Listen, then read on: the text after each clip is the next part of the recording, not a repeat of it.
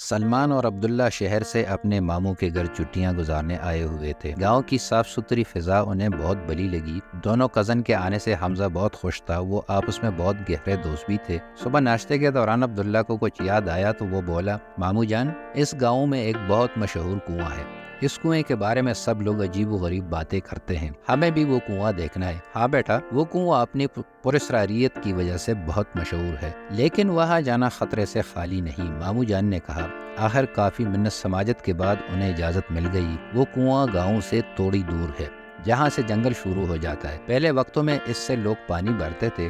اس کنویں کا پانی بہت میٹھا ہوا کرتا تھا۔ پھر ہوا کچھ یوں کہ جو کوئی بھی کنویں سے پانی بھرنے جاتا وہ اپنی جان سے ہاتھ دھو بیٹھا۔ پھر آہستہ آہستہ سب لوگوں نے کنویں سے پانی بھرنے جانا چھوڑ دیا۔ اور بھی عجیب و غریب کئی باتیں کنویں سے متعلق مشہور ہیں۔ سلمان نے کنویں کے بارے میں بتاتے ہوئے کہا، مزے کی بات یہ ہے کہ مجھے جن بھوت دیکھنے کا بچپن سے شوق۔ میں نے ہمیشہ جن بھوتوں کے بارے میں سنا اور بہت کہانیاں پڑھی ہیں، لیکن حقیقت میں آج تک نہیں دیکھے۔ سلمان کی بات سن کر عبداللہ نے کہا، عبداللہ ان سے 10 قدم کے فاصلے پر تھا۔ عبداللہ کی چیخ فضا میں بلند ہوئی۔ انہوں نے یکدم پیچھے مڑ کر دیکھا، یہ تو ابھی سے ہی ڈر گیا ہے۔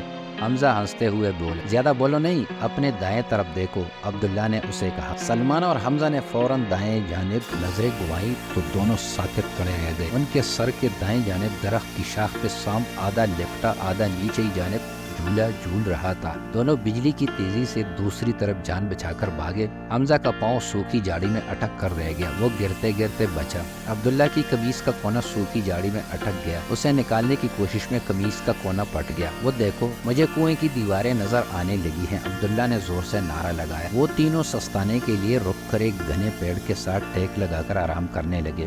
انہیں بیٹھے ہوئے کچھ ہی دیر ہی ہوئی تھی کہ سوکھے پتوں پر کسی کے چلنے کی سرسراہٹ پیدا ہوئی۔ قدموں کی آوازیں تیز اور قریب ہوتی جا رہی تھی۔ وہ تینوں پیڑ کے پیچھے چھپ گئے۔ 5 آدمی کنویں کے قریب پہنچے۔ ان کے ہاتھوں اور کندھوں پر بڑے بڑے بیگ تھے۔ وہ سب کندھوں پر بیگ تامے کنویں کی سیڑھیاں ایک کے بعد ایک اترتے چلے گئے۔ وہ تینوں پیڑ کے پیچھے سے نکل کر ان کے پیچھے چل دیے۔ قریب پہنچ کر انہوں نے دیوار سے لگ کر کنویں میں جھانکا اور پھر درختوں کے پیچھے چھپ کر ان کے جانے کا انتظار کرنے لگے۔ وہ سب مطمئن ہو کر اپنے بیگ کنویں میں رکھ کر چلے گئے۔ وہ تینوں سیڑھی کے ذریعے نیچے اترے۔ انہیں یہ دیکھ کر حیرت کا جھٹکا لگا کہ کنویں کے اندر بہت سارے بیگ ہیں جو نشاور چیزوں سے بھرے ہوئے تھے۔ کنویں میں ایک طرف سرنگ بھی تھی۔ ہمیں جلد واپس چلنا چاہیے، ماموں جان کو منشیات کے بیگ اور ان آدمیوں کے بارے میں آگاہ کرنا چاہیے، عبداللہ نے کہا۔ وہ تینوں جلد از جلد کنویں سے باہر نکل آئے اور گھر پہنچ کر ساری بات ماموں کو بتا دی۔ شام ہونے سے پہلے تمام مجرم پکڑے جا چکے تھے۔